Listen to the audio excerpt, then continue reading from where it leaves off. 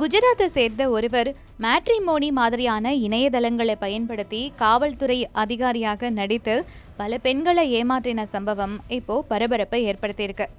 ராக்கி யோகேஷ் பாய் பஞ்சல் அப்படிங்கிற இந்த நபரை அகமதாபாத் குற்றப்பிரிவு போலீசார் கைது செஞ்சிருக்காங்க.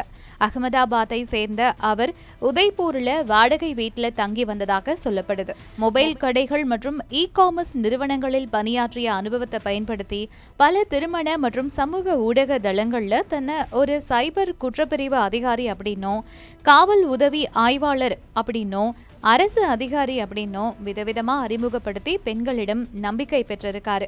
அதுக்கப்புறம் வருமான வரி சோதனை, அவசர நிதி தேவை போன்ற பொய்யான காரணங்களை சொல்லி பணம் பறிச்சிருக்காரு. அதோட AI தொழில்நுட்பத்தின் மூலம் போலியான அரசு ஆவணங்களையும் உருவாக்கியதாக விசாரணையில தெரிய வந்திருக்கு.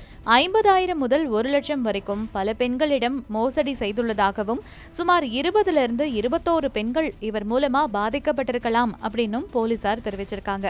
இப்போ அவர்கிட்ட தொடர்ந்து விசாரணை நடைபெற்று வருது.